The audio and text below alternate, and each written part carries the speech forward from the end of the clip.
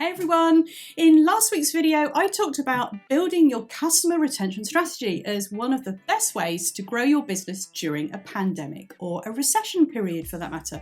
And today I'm going to go a bit deeper to talk about what you can do to kickstart your business growth and your income by going the extra mile for your customers. So if you haven't yet watched my earlier video, how to grow your business during a recession, then you can check that out over here. So I'm Lauren Bradley, I'm author of Grow Your Tribe, and I'm a business strategist, and I show women in business smart ways to escape the feast or famine trap by working smarter and not harder. So if you want my weekly tips on how to grow your business, hit subscribe and give me a like to let me know that you've watched my video. Okay, so without further ado, let's get right into it.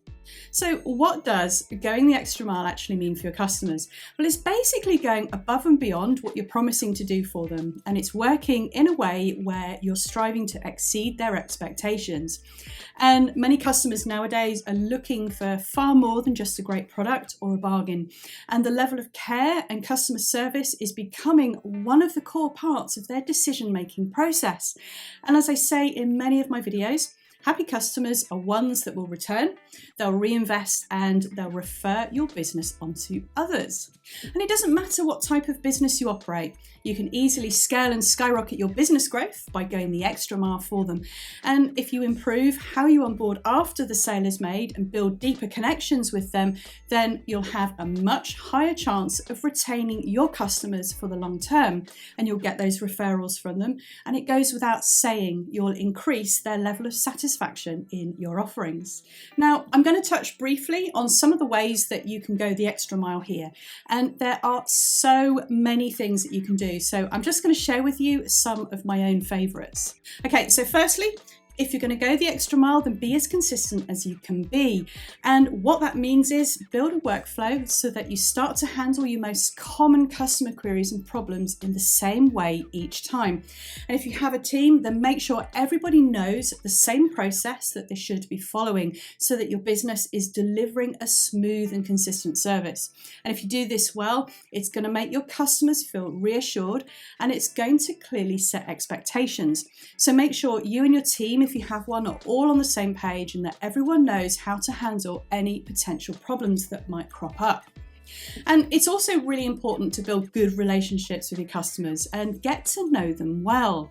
So make it your business to learn everything you can about your paying customers. Now, I keep a database of my clients. I call it my little black book, and I keep a note of how they're progressing, how much they're investing in me, potential upsells they might be interested in, as well as any notable personal interactions that I might have with them. And this helps me to tailor my service so that it feels personal to them. So that leads on to my next point, which isn't actually that obvious to many, but treat your customers as individuals. So make the extra effort to talk to your customers personally as much as you can and interact with them and respond to their problems personally, because it's super important that you don't automate this interaction with them. So also try and learn about your customers and get to know them on a personal level. And a really easy way you can do this is by hanging out with them on social media. And by treating them as individuals, you're going to naturally create a much better experience for them. And you're going to have a great opportunity to find out more about them, which in turn is going to help you to understand how you can serve them better.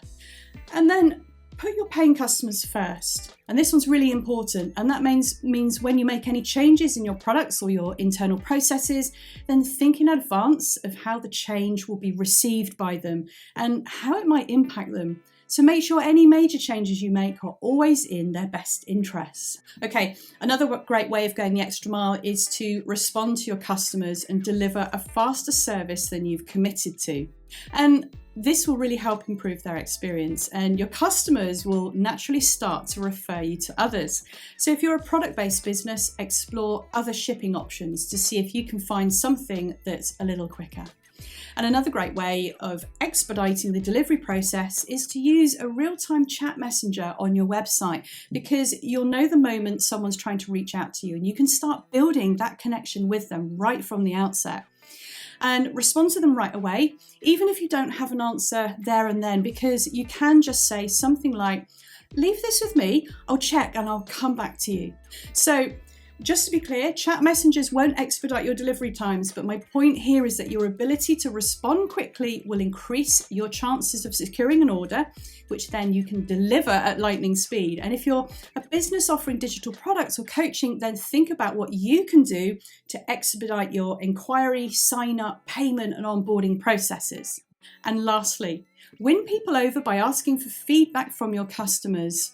And what that means is whenever you come across an issue or perhaps a negative comment on social media, then do your very best to help your customers solve their problem and offer them something extra as a goodwill gesture to win back their trust and to maintain that great relationship with them. And don't forget, customers who've had a negative experience can be turned around if you manage your follow-up response well, and they can become your biggest brand advocates. So I hope my tips have helped, and they're going to get you off to a great start to grow your business during a recession and in a pandemic.